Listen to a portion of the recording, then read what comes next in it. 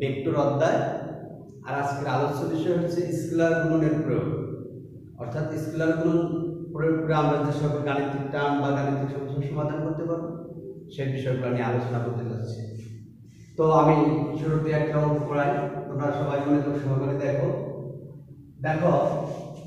এ vector সমান 9i plus J minus 6k এবং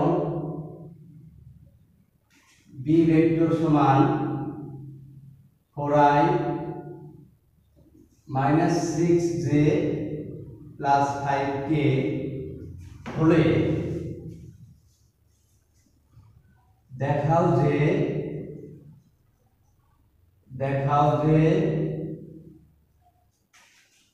vector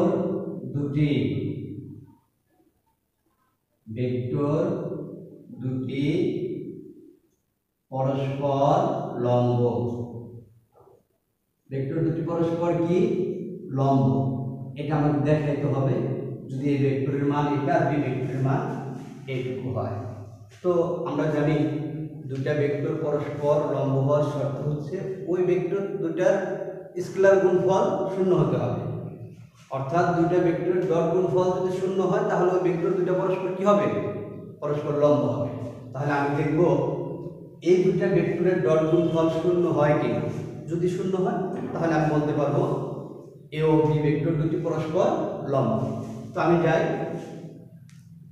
A vector dot B vector, A vector dot B vector সমান আমি লিখি এ vector এর মান 9i জে 6k, তোমরা সবাই মনোযোগ সহকারে দেখো। 4i minus 6j plus 5k। আমি এর আগের ভিডিওতে কিভাবে স্কেলার গুণন বা ডট গুণ করতে হয় তোমাদেরকে দেখিয়ে দিয়েছি। আমরা i এর সাথে i এর গুণ করব, j এর সাথে j এবং k এর সাথে k।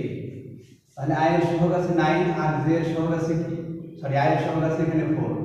4 গুণ কত 36।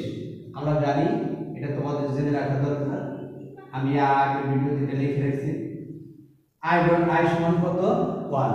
যদি i ডট i সমান 1 হয় তাহলে 4 গুণ কত 36 থাকবে। এখানে আছে প্লাস আর এখানে আছে মাইনাস, প্লাসে মাইনাসে হয় মাইনাস। এখানে j এর সহগ আছে 1, এখানে j এর সহগ 6, তার মানে কি 1 আর 6 গুণন করলে হয় কি 6। j ডট j সমান কত তোমরা জানো, j ডট j সমান 1। একইভাবে মাইনাসে প্লাসে মাইনাস, k এর সহগ 6 আর এখানে আছে 5, 6 আর 5 গুণন করলে হয় কত 30। k ডট k সমান কত 1। তাহলে k ডট k সমান 1 হলে এটা লেখার দরকার নাই, ভ্যানিশ হয়ে গেল। এই বিষয়টা আমাদের মনে রাখতে হবে। আর এটা অনুধাবনমূলক প্রশ্নে আসে i ডট i সমান 1 কেন ব্যাখ্যা করো, এটা অনেক সময় আমাদের প্রশ্নে আসে। তো আমি যদি পরের লাইনটা দেখি 36 মাইনাস 36 ইকুয়াল কি 0। এখন আমি লিখতে পারি যেহেতু A vector dot B vector সমান 0, অতএব কি, অতএব এ ও বি ভেক্টর দুটি পরস্পর কি হবে, আমি আগে বলে রাখছি যদি দুটি ভেক্টরের ডট গুণফল বা স্কেলার গুণফল শূন্য হয় তাহলে ভেক্টর দুটি পরস্পর কি হয়, লম্ব হয়। যেহেতু দেখাইতে বলছে আমরা জানি এটা কি শুধু লিখতে পারি অথবা বাংলায় যদি লিখি দেখানো হলো তাইলে হবে, দেখানো হলো। তাহলে এই ছিল আমার অঙ্কটা। কথাটা আমি আগেই বলছি, দুটা ভেক্টরের ডট গুণফল যদি শূন্য হয় তাহলে ভেক্টর দুটি পরস্পর লম্ব। নিঃসন্দেহে এখানে এ ও বি ভেক্টর দুটি পরস্পর লম্ব দেখানো হলো বা প্রমাণ করা হলো। যেভাবে বলবো আমরা ওইভাবে অ্যান্সারটা দেব। আমি যাই পরবর্তী আরেকটা নিয়ম বা আরেকটা অঙ্কে, এটাও সেই স্কেলার গুণনেরই ব্যবহার। তো আমি সেই অঙ্কের দাগটা লিখে আগে, তোমরা সবাই একটু মনোযোগ সহকারে দেখো। অঙ্কের দাগটা হচ্ছে এরকম, এম এর মান কত হলে, m এর মান কত হলে a ভেক্টর সমান 2i plus 2j minus 2k এবং b ভেক্টর সমান mi plus 3j plus 4k। কথাটা হলো m এর মান কত হলে a ভেক্টর সমান এত b ভেক্টর সমান এত পরস্পর কি হবে লম্ব হবে, পরস্পর লম্ব হবে। একই টাইপের অঙ্ক কিন্তু এখানে আমাকে m এর মানটা নির্ণয় করতে হবে। তাহলে আমি একই নিয়মে বা একই সিস্টেমে করতে পারি। যেহেতু এর আগে আমি বলছি দুটা ভেক্টর পরস্পর লম্ব হওয়ার শর্ত হচ্ছে ভেক্টর দুটির ডট গুণফল বা স্কেলার গুণফল শূন্য হতে হয়। তাহলে আমি এখানে লিখি শর্ত মতে কি লিখতে পারবো? শর্ত মতে লিখতে পারবো a vector dot b vector সমান 0 বা a ভেক্টরের মান হচ্ছে 2i plus 2j minus 2k dot b ভেক্টরের মান হচ্ছে কি mi plus 3j plus 4k equal 0 বা i এর সাথে i j এর সাথে j একই নিয়মে 2 আর m গুণ করলে হয় 2m প্লাসে প্লাস 3 দ্বিগুণে কত হয় 6 মাইনাসে প্লাসে মাইনাস 4 দ্বিগুণে কত 8 সমান সমান 0 বা 2m মাইনাসের 8 থেকে যখন প্লাসের 6 চলে যাবে মাইনাসের 2 থাকবে ইকুয়াল কি হবে 0 বা আমি লিখতে পারি 2m ইকুয়াল কত 2 বা m সমান কত 2/2। সুতরাং m এর মান আসবে কত 1। তাহলে কথাটা আমি এভাবে বলতে পারি m সমান 1 হলে a ও b ভেক্টর দুটি পরস্পর কি হবে ভেক্টর দুটি পরস্পর লম্ব হবে, পরস্পর কি হবে লম্ব হবে। এই ছিল আমার 2 নাম্বার অঙ্ক। আমি আরেকটা অঙ্ক করাবো। তাহলে দেখা যাচ্ছে দুইটাই হচ্ছে ডট গুণ করে এই অঙ্ক দুইটা ফিনিশিং করা যাবে বা স্কেলার গুণ করে অঙ্ক দুইটা ফিনিশিং করা যাবে। তাহলে আমি এই জন্যই বলছি এগুলো হচ্ছে স্কেলার গুণনের প্রয়োগ, স্কেলার গুণনের প্রয়োগের কাজ। তো আমি চলে যাই 3 নাম্বার অঙ্কে। আশা করি এটা তোমরা খুব সহজেই পারবে বা এই টাইপের যত গাণিতিক সমস্যা বা সৃজনশীল থাকে তোমরা শেষ করতে পারবে, সেগুলো করতে পারবে। তো আমি চলে যাব 3 নাম্বার অঙ্কে। এটা হলো অভিক্ষেপের অঙ্ক। একটি ভেক্টরের উপরে আরেকটি ভেক্টরের অভিক্ষেপ নির্ণয়ের অঙ্ক এটা। তো আশা করি সবাই পারবে ইনশাআল্লাহ। মনোযোগ সহকারে দেখো। তো এখানে বলা হয়েছে a ভেক্টর সমান i minus 4j plus 5k এবং b ভেক্টর সমান সবাই দেখো 6i minus 3j plus 2k হলে তাকে বলা হয়েছে b ভেক্টর বরাবর, যেটাকে আমরা b বরাবর বা ভেক্টর b বরাবর a ভেক্টর a বা a এর অভিক্ষেপ বা অংশ নির্ণয় করো। এর অভিক্ষেপ বা এর আরেকটা নাম হলো অংশ, অভিক্ষেপ বা অংশ নির্ণয় করো। এটা খুব সহজ অঙ্ক। তো অঙ্কটা করার আগে আমি তোমাদেরকে একটা অথবা দুইটা সমীকরণ দিই, যেটা তোমাদের মনে রাখতে হবে।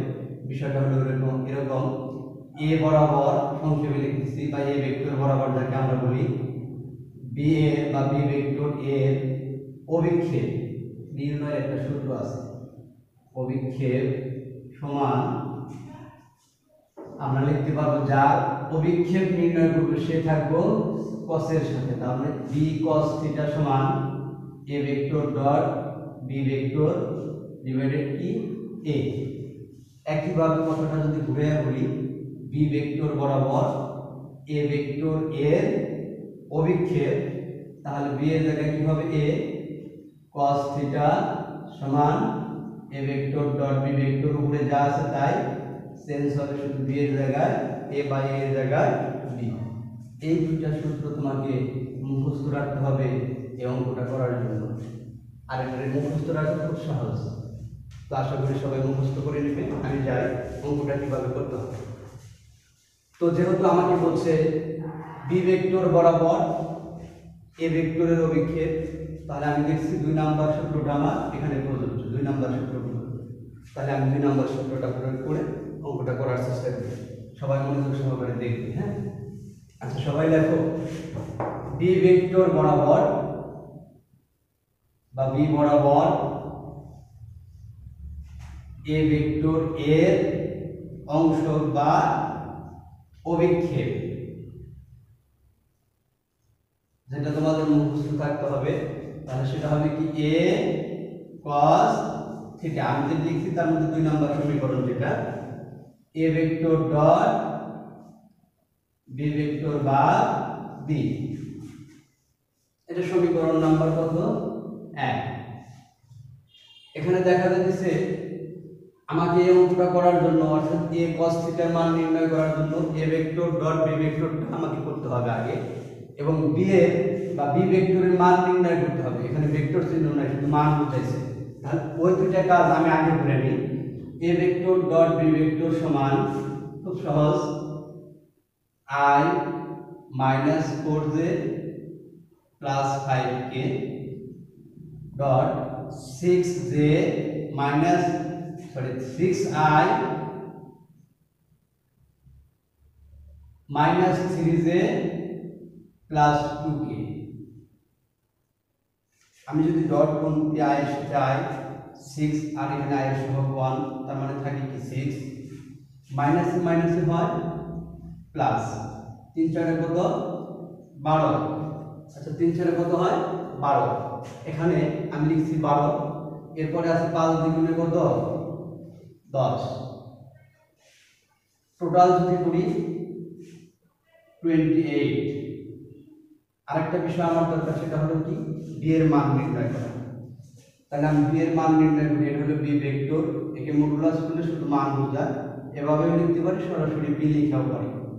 তো যখন আমি বি লিখবো, এই বি ভেক্টরের আই এর সহগ, জে এর সহগ, কে এর সহগকে স্কয়ার করে সরাসরি আমাকে যোগ করতে হবে, যেটাকে আমরা বলি এরকম ঠিক যে অবস্থান ভেক্টর যদি আর হয় তার মান হচ্ছে x square plus y square plus z square. এই ফর্মুলা ব্যবহার করতে হয়, যেখানে আর হচ্ছে কি অবস্থান vector xi yj plus zk।